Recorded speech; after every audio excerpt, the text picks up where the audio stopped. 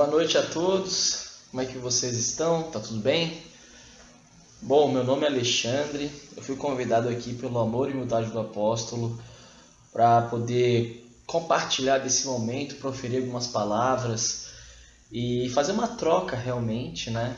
Me foi concedida essa oportunidade, eu agradeço demais a confiança que me foi depositada para que a gente pudesse estar aqui hoje nessa plataforma digital, né? Agora as palestras também vão ter esse alcance, né? Eu gosto muito das palestras presenciais, mas eu acho que o lado bom é a gente estar usando dessas ferramentas hoje e que a gente vai continuar usando bastante, ainda mais mesmo que a pandemia acabe e a gente volte a uma certa normalidade, a gente tem que continuar a usar essas ferramentas porque é um registro, né? Um registro de boas coisas, de boas palavras, vai atingir mais pessoas, a gente pode rever as nossas palavras, as nossas conversas, mas da minha parte eu quero dizer o seguinte, que mesmo eu estando aqui, a gente nesse modo de conversa, é exatamente isso que eu quero falar para vocês. Isso aqui é uma conversa, tá? Imagine que a gente está aqui conversando, trocando uma ideia, trocando um papo, né? Falando sobre a vida e essa busca incessante que a gente tem de entender a vida, de nos melhorar, né? De nos sentir cada vez mais próximos de uma espiritualidade divina, de uma espiritualidade superior, mais próximos de Deus e mais próximos de Jesus, nosso irmão mais velho, né? E isso tem muito a ver com o tema que a gente vai tratar hoje, que é sobre a parábola do joio e do trigo, que é uma parábola que está lá na Bíblia, no Evangelho de Mateus, né, no capítulo 13, versículos 24 a 30. E é uma parábola que faz a gente ter muita reflexão, né, que nos faz realmente pensar sobre o que é o joio, o que é o trigo, quem coloca o joio na nossa vida, qual a maturidade de espírito que nós queremos ter, qual a maturidade e as ações que nós temos que tomar frente às vicissitudes da vida, né? Então a parábola ela é pequena, é um pequeno trecho. Vocês podem buscar também a leitura, mas para resumir, a parábola fala sobre uma semeadura para a plantação de trigo. E quando feita a semeadura, naquela noite um homem invadiu a plantação e colocou o joio, né, uma erva daninha na plantação, o que impediria prejudicaria a plantação. E no dia seguinte, o agricultor que estava lá, né, com os seus colaboradores viram então todo aquele joio e, puxa, o que a gente faz agora? A gente arranca o joio? Então o homem, quem fez a semeadura, teve uma grande maturidade de entender, não tira, porque senão a gente acaba tirando o trigo também. Vamos deixar crescer e depois a gente separa o joio do trigo. O joio vai para o fogo e o trigo vem comigo para o celeiro. Nós aqui que estamos, né, estudando a doutrina espírita, uns há mais tempo, outros há menos tempo, né, com visões diferentes, mas quando a gente sabe o que a doutrina espírita nos traz, né, desde do Pentateuco, né, desde as obras básicas, que traz essa instigação, esse questionamento, a gente pode entender o que da parábola do joio e do trigo. A gente pode entender de diversas formas, né? Eu gosto de entender o seguinte: quem é o joio, o que é o trigo e o que a gente pode relacionar com a nossa vida hoje. Eu gosto de pensar da seguinte maneira, usando muito a doutrina espírita, que traz justamente de diversas outras maneiras sobre como é essa separação do joio e do trigo. A gente pode pensar no aspecto, por exemplo, de gradação evolutiva espiritual. Quem está estudando a doutrina espírita há um tempo sabe, né, de uma classificação dos mundos. Por exemplo, estamos aqui no planeta Terra, que é um mundo de provas e expiações, que é a segunda classificação dos mundos. A primeira classificação são os mundos primitivos. A segunda, o mundo de provas e expiações, onde nós estamos. A terceira classificação, os mundos de regeneração. A quarta classificação, os mundos felizes. Por fim, a última classificação, a quinta, são os mundos celestiais, onde se encontra o mais alto grau de perfeição, onde Jesus se encontra, né? Claro que isso é só uma mera classificação, existem camadas, né, de provas e expiações, por exemplo, aqui na nossa classificação, a gente só está no segundo, né? Mas nós estamos numa época de transição planetária, estamos caminhando para os mundos de regeneração. E, naturalmente, porque essa é a lei divina, é a lei natural, quando estamos, a humanidade, caminhando para, então, um novo tipo de classificação espiritual, né? E não é uma forma arbitrária, Deus que cria e vai julgando, não, é uma questão vibracional, é uma questão de sintonia. E muitas vezes os espíritos que estiverem nesse mundo de provas e expiações e que não consigam ter uma vibração espiritual, uma vibração mental que seja compatível com os mundos de regeneração, com essa energia da humanidade, ele vai ser naturalmente expulso disso. Ele é o que a gente fala até da questão da inteligência suprema do universo, né? Quando na primeira pergunta lá do Livro dos Espíritos pergunta o que é Deus? Aí Deus é a inteligência, a causa primeira de todas as coisas é a inteligência suprema do universo. Por que existe essa inteligência suprema do universo? Porque os espíritos, por exemplo, que não conseguem ter a mesma vibração, acompanhar a jornada rumo aos mundos de regeneração, acabam retornando para os mundos primitivos, porque esses espíritos vão ajudar na evolução daqueles mundos primitivos. Porque sim, mesmo não conseguindo acompanhar para o mundo de regeneração, tem a sua utilidade, né? Tem o que contribuir com os espíritos menos afortunados que ainda se encontram nessas camadas mais primitivas. Mas vocês perceberam que aí não houve uma separação do joio e do trigo? Aqueles espíritos que vão poder acompanhar e aqueles que não vão poder acompanhar?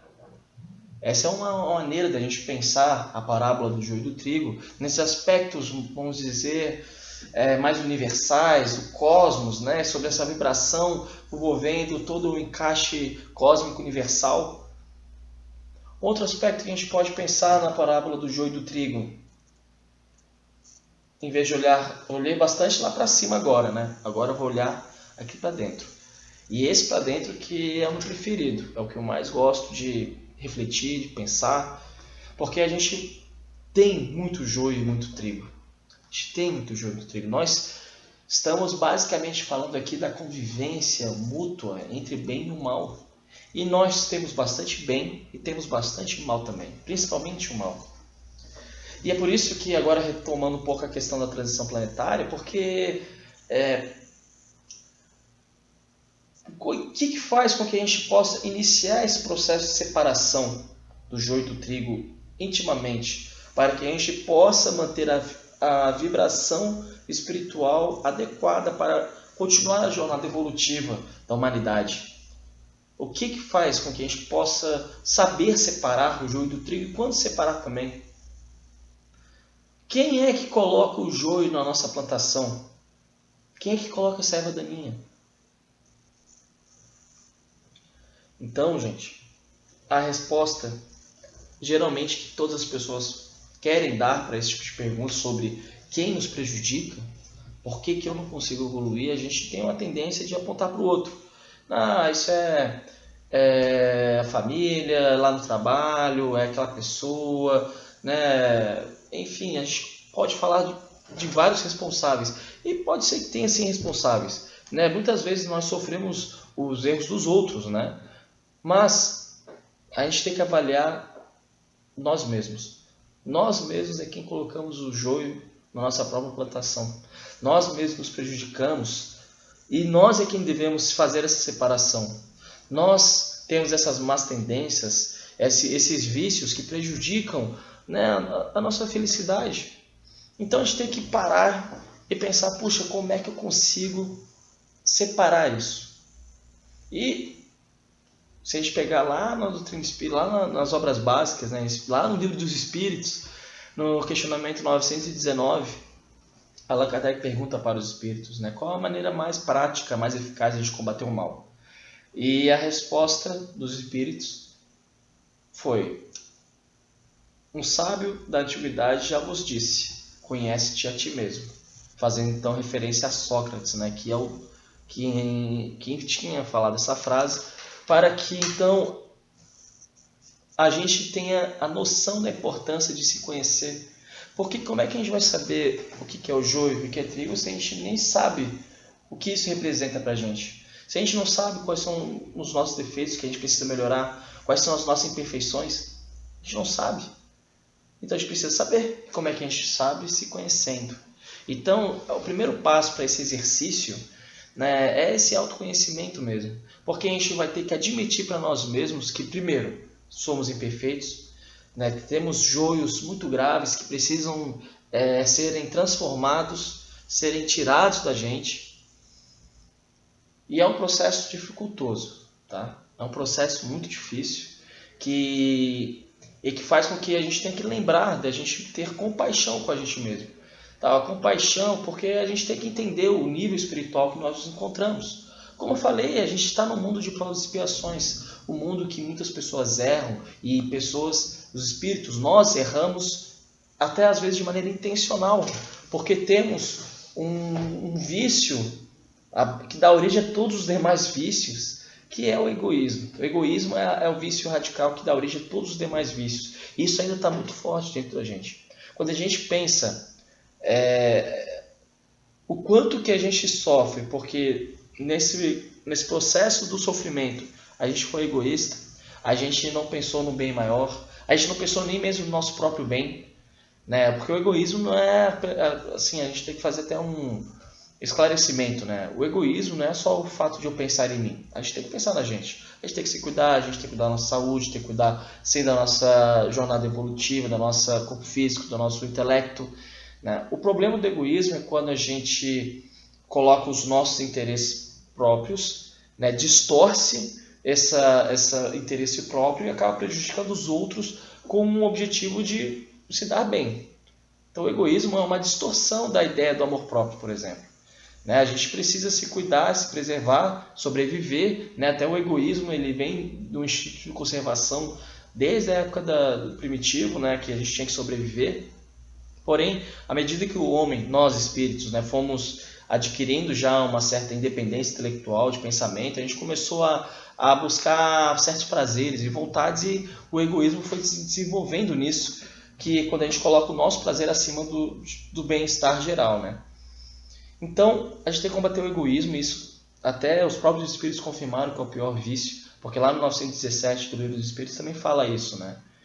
Então a gente tem que combater o egoísmo, a gente tem que admitir que é egoísta, ver onde estão os nossos comportamentos que traduzem esse egoísmo, e aí é onde entra o autoconhecimento, e se esforçar para o bem.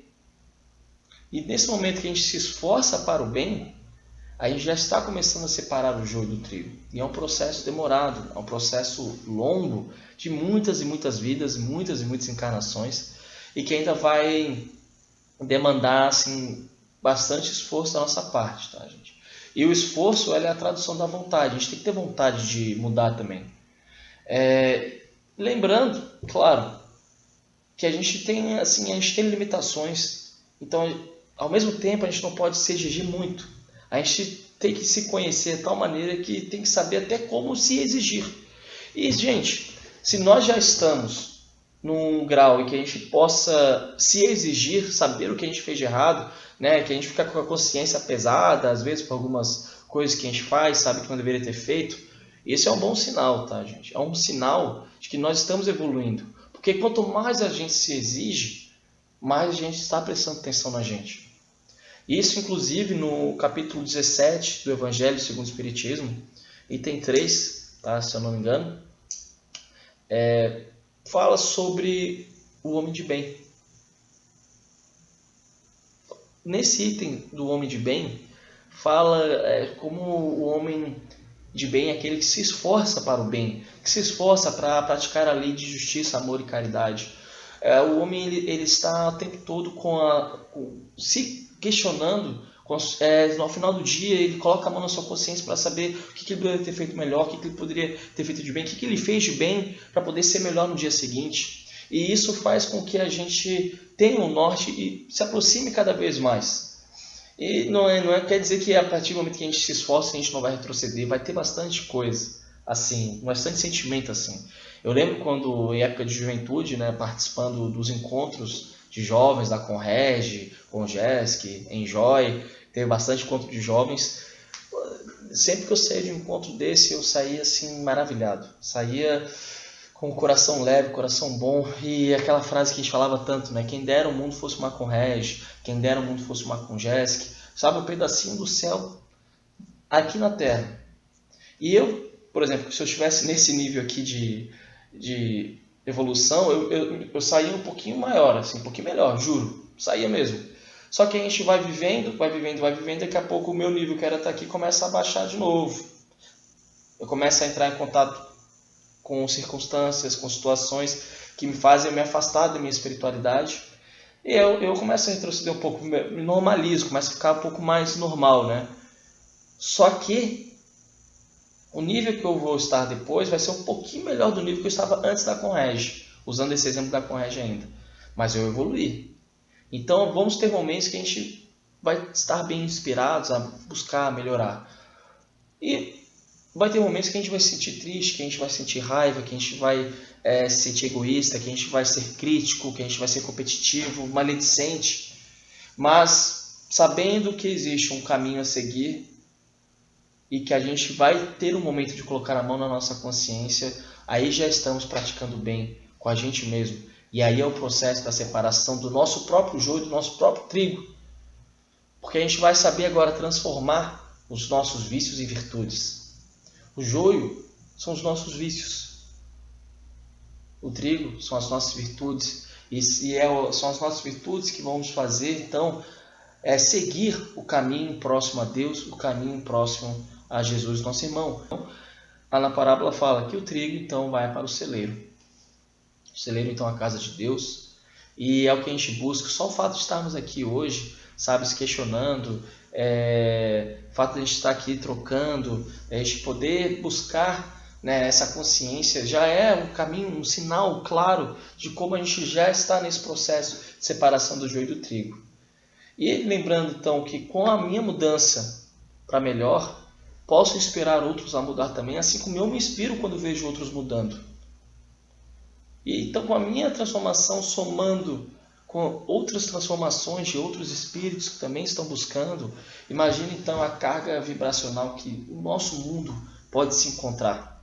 Combatendo sim as cargas mais pesadas, as cargas mais inferiores, né? as forças do mal, das trevas, que tentam distorcer, que tentam nos desviar do bom pensamento, do bom caminho, mas a natureza é assim. Vai chegar um momento em que a sintonia espiritual de muitos espíritos não vai acompanhar a evolução da humanidade. Então, assim como aconteceu nos exilados de Capela, em que esses exilados que viviam em Capela tiveram que vir ao planeta Terra, e esses exilados ajudaram nós a evoluir, nós que estamos aqui no planeta Terra. Tem uma ótima leitura, tá? Exilados de Capela. Olha o quanto que uma simples parábola, simples, né? Com poucas palavras, são pequenos, é um parágrafo muito pequeno ali no Evangelho de Mateus que fala sobre isso, traz todas essas reflexões que nos fazem, pelo menos, se inspirar a melhorar.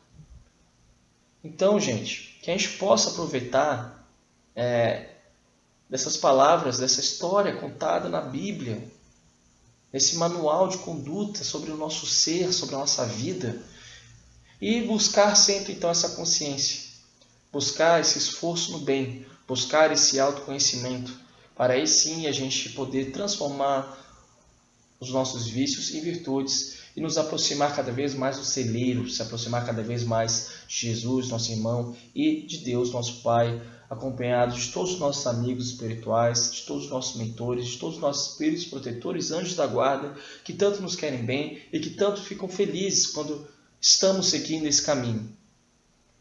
A felicidade, gente, ela não é 100% ainda, porque estamos no estágio evolutivo, mas a gente pode trabalhar bastante para ter o máximo de felicidade quanto é possível, fruto do nosso trabalho e do nosso próprio esforço. e assim a gente ajuda os nossos demais irmãos também a seguir esse caminho junto com a gente. Agradeço mais uma vez ao Amor e Humildade do Apóstolo em ter me concedido essa oportunidade, né, de ter essa troca e que a gente possa realmente se inspirar e estar nos nossos lares, com os nossos amigos, nossa família, nosso trabalho, né, com essa vibração boa de bem e do amor.